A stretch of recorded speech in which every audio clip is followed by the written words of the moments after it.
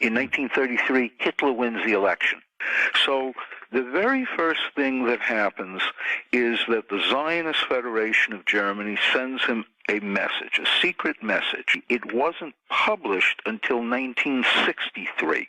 Okay? Wow. All right. Well, in other words, this is, That's how hey, history works. I got a deal, I mean, here's my deal, Well, you don't talk about that until decades later. Right. So let me read you what they sent to Hitler, all right? And understand, this document, there's no doubt about its authenticity.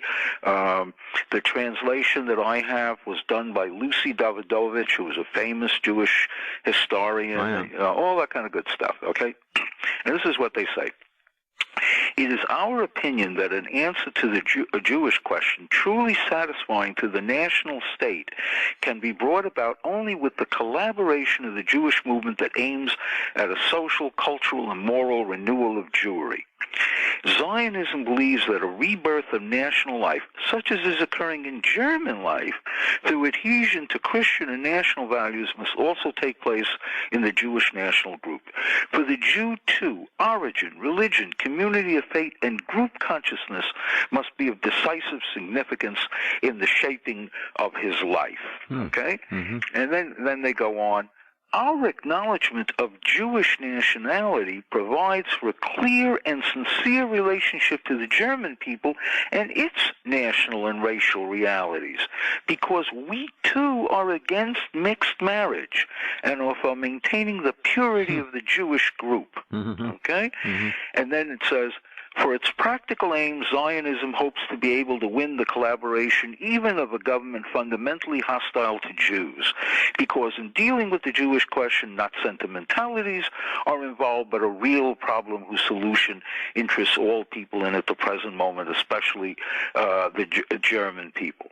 The realization of Zionism could only be hurt by resentment of Jews abroad against the German development. Boycott propaganda, such as is currently being carried on against Germany in many ways, is in essence un-Zionist, because Zionism wants not only to do battle, but to convince and to build. Now those are excerpts from this, thing which is about 5 or 6 pages long, etc. But there it is. Hi, you guys believe in German separatism. We believe in Jewish separatism. We can do a deal. We can get along. We can do business. We can do business, okay? Now, the Germans, and when they talked about a boycott, you got to understand, like Germany, 1933, Hitler comes to power. The capitalists who voted for him and backed him with money and so on and so forth, they wanted him as a commie basher. They were worried about losing capitalism to the working class as a result of the Depression. They really weren't that interested in doing anything to the Jews. It was the furthest thing from their mind. They just wanted a commie basher. Okay? Well, they got one. Yeah, they got one. Headlines on the Daily Express, March 24, 1933. Judea declares war on Germany. Jews of all the world unite. Boycott of German goods. Mass demonstrations. These were all headlines of the Daily Express in March of 1933. What was that all about, Lenny? The first thing that happened everywhere was the Jews organized boycotts of German goods. In every case, the working class parties, the communists, the socialists, they organized boycotts, etc. And in many places, the Jewish businessmen did that.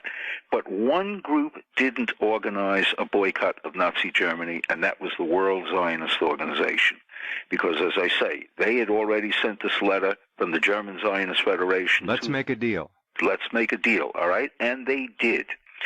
So finally what happened was, in 1937, they sent off a guy, when I say they, all right, the Haganah, which was the underground army, or we would call it an underground militia, I guess we would call it today, of the labor Zionists in Palestine. Now, the Haganah later became the mainstay of the Israeli army. All right, I mean, I'm just putting it in context, etc. And they sent off a guy by the name of Feivel Polkus from Palestine to Berlin, all right, to negotiate with the Nazis. And as it happened, the guy he negotiated with happened to be a fellow by the name of Adolf Eichmann, who was, like an assistant in the office at that time, if you know what I mean, in the Jewish office of the SS. Okay. All right. Now, after the war, the Americans captured, and the British captured all these German files. So we have all the, we're dealing now with Eichmann, who's the ultimate German bureaucrat, We don't do nothing unless we write it down on paper, Right. and we have the stamps on it, Mm-hmm. So we got this stuff after the war, all right? This is Eichmann's report, and he's talking about Polkus. He says, in political outlook, Polkus is a national Zionist. He is against all Jews who are opposed to the erection of a Jewish state in Palestine. Mm-hmm. As a Haganah man, he fights against communism and all strivings towards British-Arab friendship. I want you to repeat that. He is against all Jews who oppose the establishing of a country in Palestine. Right, of a Jewish state in Palestine. That's a very important note to me. Yes, okay, because what he's selling to Hitler is, to Eichmann in this case, is they're anti-communist, you're anti-communist, you see? Okay? Right. Sure. All right? And then he said, now this is Eichmann reporting on what Polkus says. He stated that he is ready to serve Germany and supply information as long as this does not oppose his political goal. Among other things, he's ready to stand by the interests of German foreign policy in the Middle East. He will try to find the German Reich the oil sources without affecting British spheres of influence, all on the condition that Germany will assist Jewish immigration to Palestine